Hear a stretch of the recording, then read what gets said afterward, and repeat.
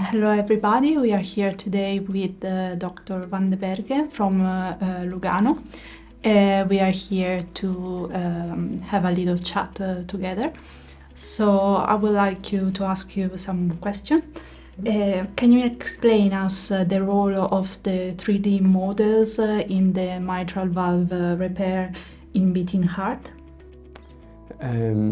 Sure, the 3D models are quite important for the different anatomies and the different defects that can exist, so they can be simulated and surgeons or cardiologists can really prepare their approach. From my point of view, they're particularly important in the design of new devices where you try to accommodate that your device can work in the most versatile of situations, so you want to have a whole array of possible defects and anatomical versions to test on your device. That's so you know what's coming before you have the first complicated patient on your table. And because of the heart is an organ that is moving, how is difficult to use these static models and then to do procedure on a moving organ. So how can you overcome this problem? Yeah, the idea is to use the static models only in early phases or to look for extremes and then actually evolve to dynamic models.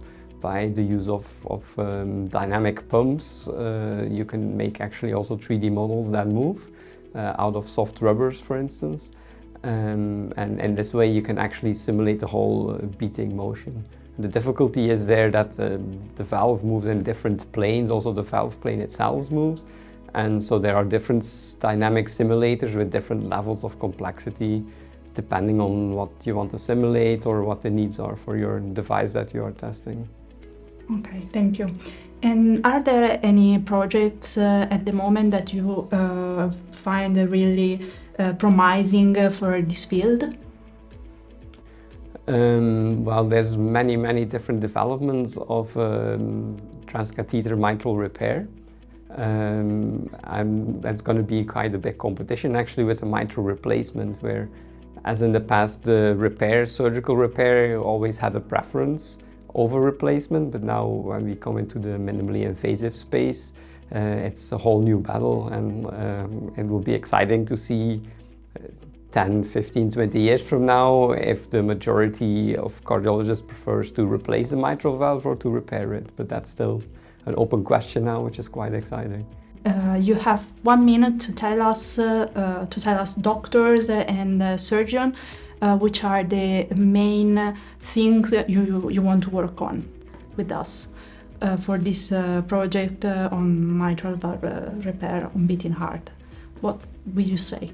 I think the big challenge is the approach first, to work on nice transeptal devices that can really aim in a stable manner on the beating heart where you want to place your device.